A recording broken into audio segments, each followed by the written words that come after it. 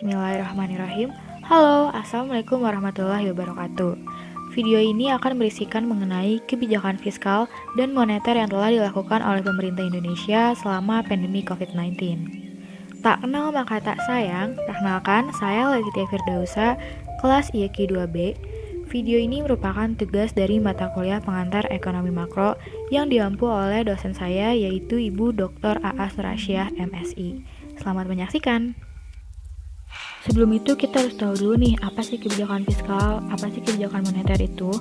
Jadi intinya kebijakan fiskal itu kebijakan yang dikeluarkan pemerintah dalam mengelola keuangan, baik pendapatan maupun pengeluaran. Pendapatannya itu dari pajak dan pengeluarannya itu dari APBN atau APBD.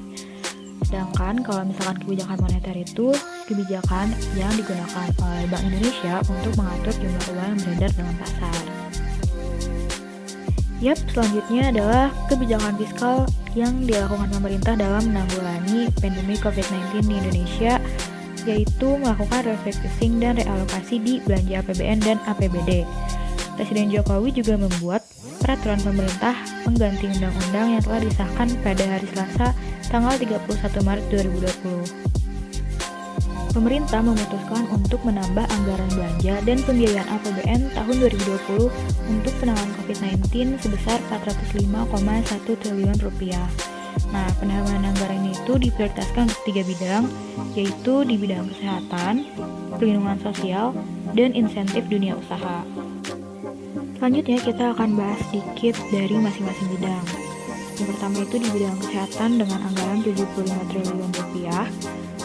Untuk pelindungan tenaga kesehatan itu berupa APD, pembelian alat kesehatan, upgrade rumah sakit rujukan COVID-19, insentif dokter, perawat, dan tenaga rumah sakit, santunan kematian tenaga medis, dan penanggulangan masalah kesehatan lainnya.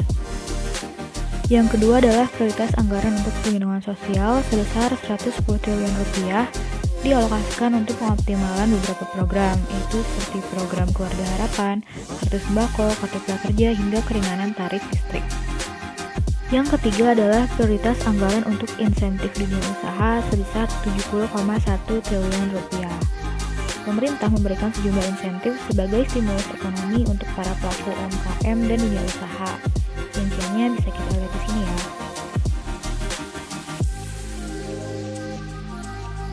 Nah, selanjutnya, Jokowi menjelaskan bahwa PPPU ini diterbitkan untuk antisipasi defisit APBN yang diperkirakan mencapai 5,07%. Oleh karena itu, pemerintah membutuhkan relaksasi kebijakan defisit APBN di atas 3%.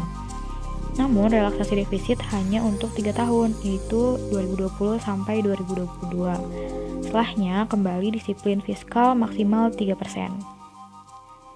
Pembahasan kebijakan fiskal udah selesai. Sekarang kita akan bahas kebijakan moneter COVID-19 di Indonesia. Nah, Bank Indonesia tuh terus melakukan langkah-langkah untuk memperkuat stabilisasi di pasar falas dan pasar keuangan bersama pemerintah dan juga OJK.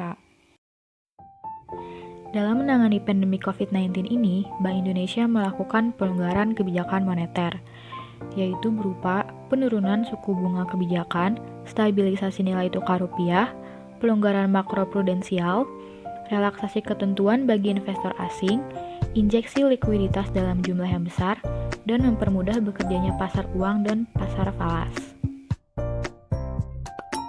Nah, menurut saya, kebijakan yang telah dilakukan oleh pemerintah dalam menanggulangi pandemi COVID-19 di sektor perekonomian sudah cukup baik. Terima kasih banyak untuk Ibu Aas yang telah memberikan tugas ini kepada kami, karena menurut saya tugas ini sangat penting dan perlu kita ketahui, bahwasannya kebijakan yang dilakukan pemerintah sangat berpengaruh kepada kehidupan rakyatnya. Alhamdulillahirrahmanirrahim. Sekian yang dapat saya sampaikan, mohon maaf bila ada salah kata ataupun dalam penyajiannya. Stay safe everyone, selalu jaga kesehatan dan jaga kebersihan. Wassalamualaikum warahmatullahi wabarakatuh.